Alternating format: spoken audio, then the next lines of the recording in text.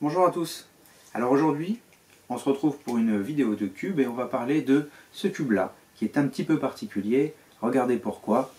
Si on observe, il n'a que des arêtes, il n'a pas de centre et il n'a pas de coin.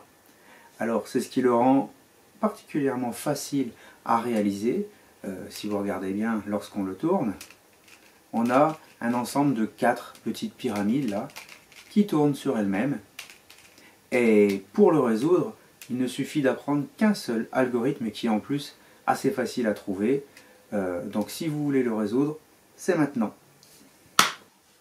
Alors dans un premier temps, et comme bon nombre de cubes, on va devoir faire la face blanche en premier, en tournant les petites pyramides. Alors là, je repère qu'il y a un blanc.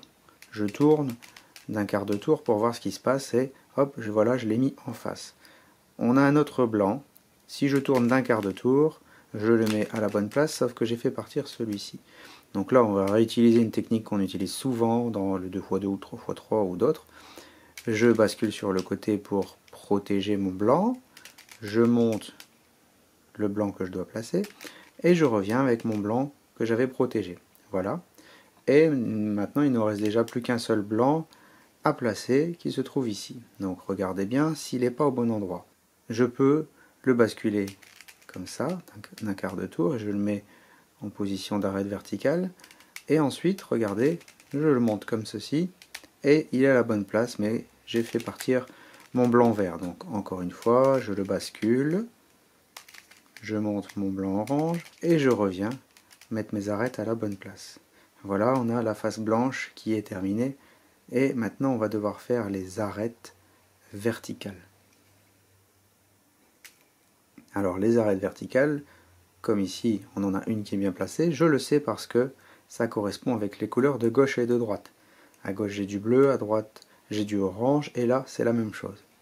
Je peux constater ici que je n'ai pas bien placé mon arête verticale car je dois avoir du orange et du vert. Le orange-vert il se trouve juste là, c'est super, car regardez, un quart de tour, et il est bien placé.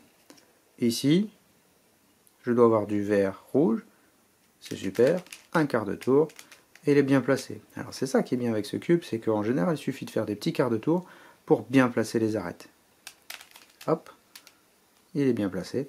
Maintenant, comme pour le 2x2, 3x3, il va falloir garder la face blanche en bas, et on va s'occuper de faire la face jaune. Et alors si vous avez la chance, comme moi, d'avoir une arête bien placée face à vous, vous la gardez face à vous. Si vous n'avez pas d'arête, je l'expliquerai juste après. Donc je montre l'algorithme en question, c'est j'avance à gauche, j'avance à droite, je recule à gauche, je recule à droite. Et voilà, le cube est déjà terminé. Alors si vous avez moins de chance, vous pouvez vous retrouver dans ce cas de figure là, où on n'a aucune arête qui est à la bonne place. Alors là, pas de panique, on va faire l'algorithme que je viens de vous montrer, au hasard. Donc là par exemple, je suis avec l'arête jaune-bleu, je le fais. J'avance à gauche, j'avance à droite, je recule à gauche, je recule à droite. Alors là vous avez vu que l'arête qui est face à nous, elle ne bouge pas quand je fais l'algorithme. Mais par contre on va faire le tour, et là on va se rendre compte que la vert jaune, elle s'est bien placée. Donc on la garde face à soi, et on refait l'algorithme. J'avance à gauche, j'avance à droite, je recule à gauche, je recule à droite. Et voilà, notre cube est à nouveau terminé. Facile, hein ?